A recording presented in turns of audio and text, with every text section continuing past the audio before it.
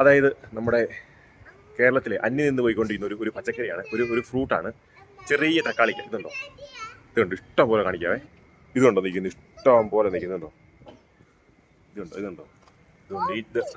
ഈ തമിഴ്നാട്ടുകാരുടെ മെയിൻ അവരുടെ അവിടെ കറിയൊക്കെ വെക്കുന്ന സംഭവമാണ്. നമ്മൾ ഇഷ്ടം പോലെ നിൽക്കും, പഴുത്തുണ്ടോ ഇങ്ങനെ നിൽക്കുവാണ്.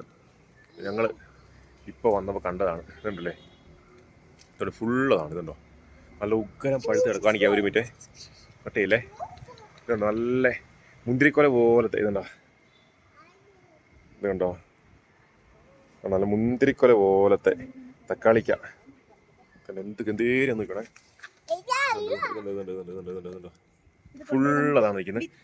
ഇത് നമുക്ക് കറിയൊക്കെ ഉണ്ടാക്കാനുള്ളൂ. അതുപോലെ ഇഷ്ടംപോലെ ഉണ്ട് കേട്ടോ. അപ്പോൾ ഇതായാലും ഇതിപ്പോൾ നമ്മുടെ നാടുകളിൽ കാണാൻ ഇല്ല കേട്ടോ, ഭയങ്കര റെയറായിട്ടേ ഉള്ളൂ. ഇതുണ്ട്, ഇവിടെ ഒരുപാടുണ്ട്.